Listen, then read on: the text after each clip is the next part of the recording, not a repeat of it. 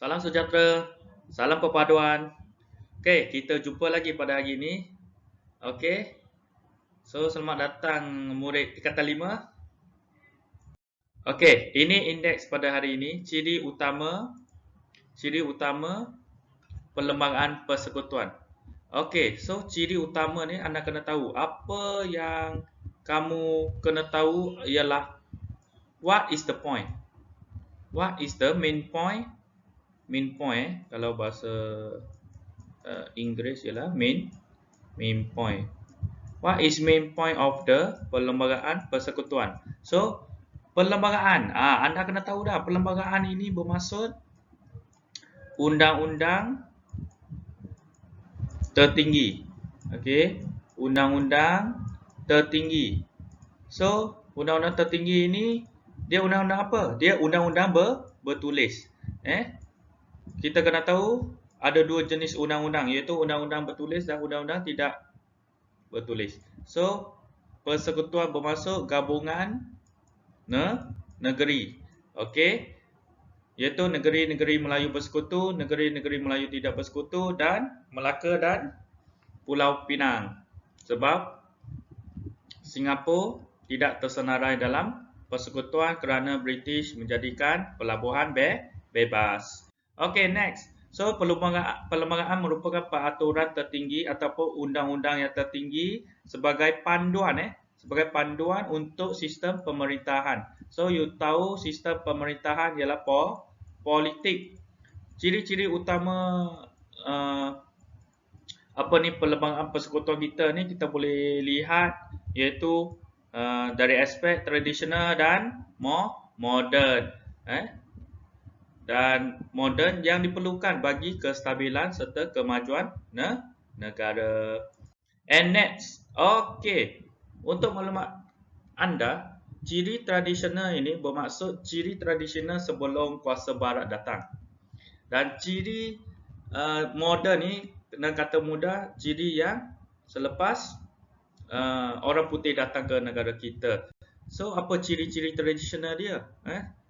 Iaitu sistem beraja, kesultanan atau sistem beraja, di mana kita boleh lihat kita di negeri-negeri Melayu diperintah berdasarkan pemerintahan beraja. Kena ingat yang pertama ialah pemerintahan beraja. Nombor 2, sultan merupakan pemerintah berdaulat bebas. Berdaulat itu bebas, merdeka dan memiliki kuasa penuh di negeri masing-masing. So, raja ataupun sultan merupakan ketua negeri. Setelah negara kita mencapai kemerdekaan. Okey, ini selepas kemerdekaan ini, sistem beraja ataupun pemerintahan beraja ini disesuaikan dengan konsep demokrasi berparlimen yang di-Pertuan Agong. Yang di-Pertuan Agong ni dalam kalangan raja, yang dilantik sebagai ketua negara dan sebagai pemerintahan tertinggi. Kena ingat, ketua negara yang di-Pertuan Agong, iaitu kita ambil daripada ciri tradisional perlembagaan persekutuan. So, apa kita lihat kuasa yang di-Pertuan Agong? Dia ada kuasa mengampun ataupun menangguhkan hukuman. Kuasa mengampun itu bermaksud sekiranya bersalah itu bersalah, raja ada kuasa untuk membersihkan nama dia supaya dia tidak bersalah. Itu bermaksud mengampun dan menangguhkan hukuman yang kepada sesiapa yang ada masalah atas kesalahan dia. So, baginda mempunyai kuasa membuat pelantikan bagi jawatan negara, jawatan utama negara. So, ini kita boleh lihat ini peringkat persekutuan. Kita lihat pula peranan raja di peringkat negeri.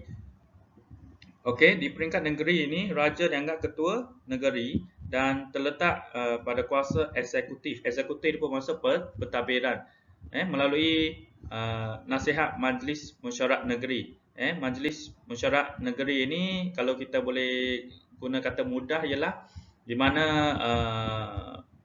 wakil rakyat lah ataupun pembesar kalau ikut ayat yang dulu. Raja mempunyai kuasa mengampun dan menangguhkan hukuman seperti biasa. Kita lihat juga di sini kita dah tahu dia ada kuasa mengampun. Mengampun maksudnya membersihkan kesalahan seseorang dengan kuasa raja, walaupun dia bersalah ataupun disabitkan kesalahan.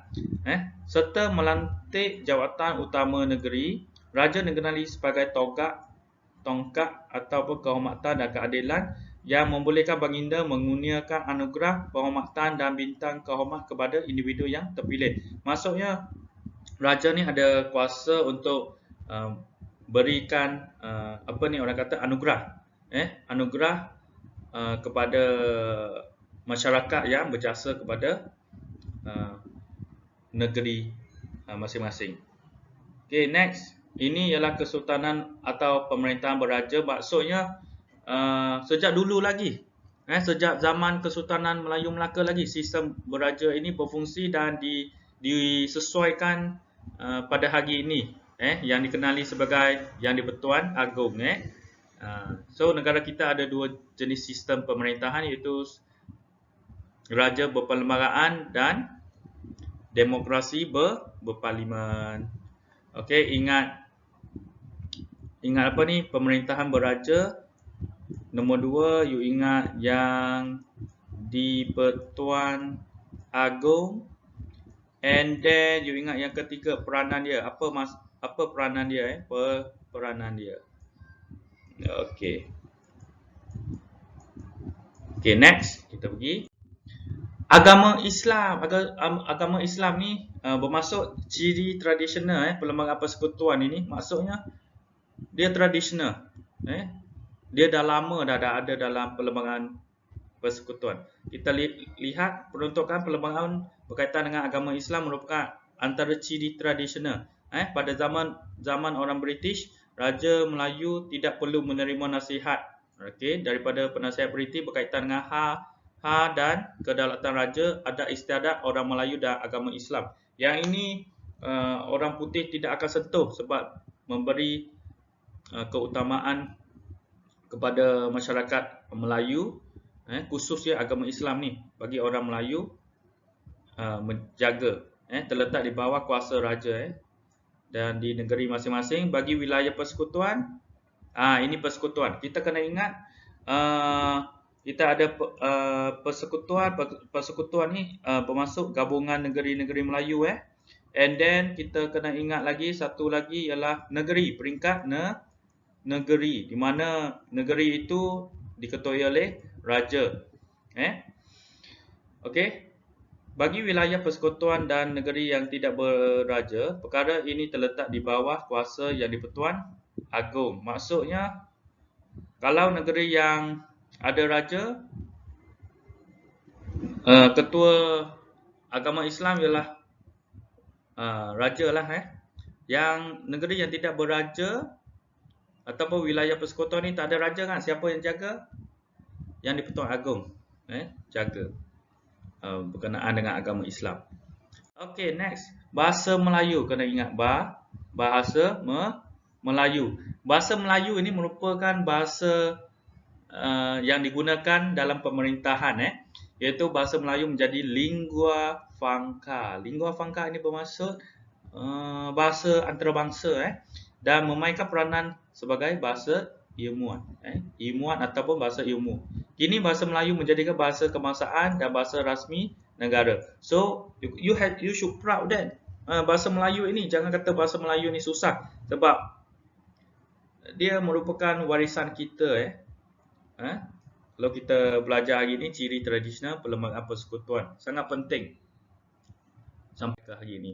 Okey, ciri tradisional yang seterusnya, kedudukan orang Melayu dan Bumiputera. So kedudukan orang Melayu dan Bumiputera ini di bawah kuasa raja dan ketua peribumi. Apabila negara kita merdeka, Yang di-Pertuan Agong diberi tanggungjawab memelihara kedudukan istimewa orang Melayu, Bumiputera Sarawak dan Sabah, serta kepentingan sah kaum lain. So you kena ingat kedudukan orang Melayu dan Bumiputera ini dijaga oleh Yang di-Pertuan Agong. And next kita tengok ciri moden pula. Ciri moden ini kerajaan persekutuan. Kalau anda lihat kerajaan persekutuan ni, you kena tahu gabungan negeri, gabungan negeri, di mana kita boleh lihat mewujudkan satu sistem kerajaan persekutuan, laporan Suruhanjaya Perlembagaan Persekutuan. Suruhanjaya ni kamu ingat pasukan sajalah. Pasukan Perlembagaan Persekutuan ini Tanah Melayu menyarankan tu mencandakan kerajaan persekutuan dan kerajaan negeri diberi kuasa dalam bidang tertentu. Apabila Malaysia dibentuk, Sarawak dan Sabah diberi beberapa otonomi. Otonomi ini kebebasan tertentu. Tidak semuanya dikawal oleh persekutuan, tetapi Sabah Sarawak ni ada kebebasan masing-masing. Okay, next, ciri moden. Sistem demokrasi berparlimen. Ini ialah salah satu sistem pemerintahan di negara kita, iaitu di Malaysia.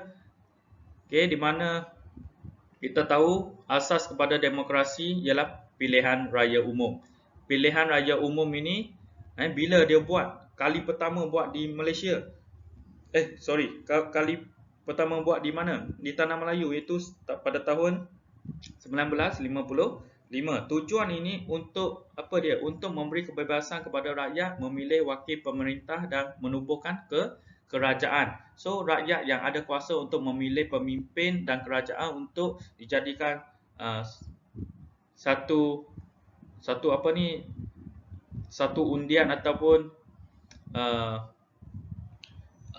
mandat untuk kerajaan yang dipilih mentadbir sesebuah negara. So bagi menentukan pilihan raya yang dijalankan dengan adil, maka ditubuhkan Suruhanjaya Pilihan Raya. So ini ialah referee. Suruhanjaya SPR ni bermaksud pengawal supaya pilihan raya ini dapat dijalankan secara telus dan berjaya. Okey, so pilihan raya persekutuan dipilih untuk membentuk kerajaan persekutuan. Pilihan raya negeri untuk membentuk kerajaan negeri. Okey, next, ciri moden. Ciri moden kewarganegaraan. So di sini kamu baca sendiri, Cikgu Chiu nak highlightkan ialah rakyat dikategorikan kepada rakyat raja dan rakyat British, kerakyatan British. So apa yang dimaksud ini? Apa yang dimaksud ini? So sekiranya dilahirkan di Melaka dan Pulau Pinang. So siapa yang lahir di Melaka dan Pulau Pinang ini dianggap rakyat British. Dan selainnya yang dikenali sebagai rakyat raja. Kemerdekaan Tanah Melayu, pembentukan Malaysia melahirkan taraf kewarganegaraan yang sama kepada rakyat. So semua yang lahir di Tanah Melayu ini dianggap ada mempunyai kewarganegaraan yang sama. Okey, so sebelum pembentukan Malaysia ni kita kena tahu Sarawak dan Sabah mempunyai sistem pemerintahan secara tidak langsung. Sistem pemilihan melalui pilihan raya di Sarawak diadakan mulai tahun 1969 dan Sabah mengaktifkan sistem ini pada tahun 1967. So sistem ini membolehkan pembubaran Dewan Undangan Negeri pada tahun 1967 dan diadakan pemilihan secara pilihan raya. So ini asal-usul daripada Sarawak dan Sabah sebelum pembentukan Malaysia. Okey, so Perlembagaan Persekutuan mempunyai keunikan kerana mengandungi ciri tradisional dan moden. Di samping itu, undang-undang yang terkandung dalam perlembagaan negara kita pula bertujuan agar rakyat mematuhi peraturan yang telah ditetapkan. Oleh itu, rakyat perlu mematuhi undang-undang bagi menjamin keamanan negara dan kesejahteraan kita. So, kita dapat lihat di sini ciri utama kita terbagi kepada dua, iaitu ciri tradisional dan ciri moden. So, saya harap kamu buat latihan ini untuk memantapkan kefahaman dan ilmu anda. Kita jumpa lagi pada kelas seterusnya. Terima kasih dan selamat menjalankan tugasan sebagai murid. Terima kasih. Kita jumpa lagi.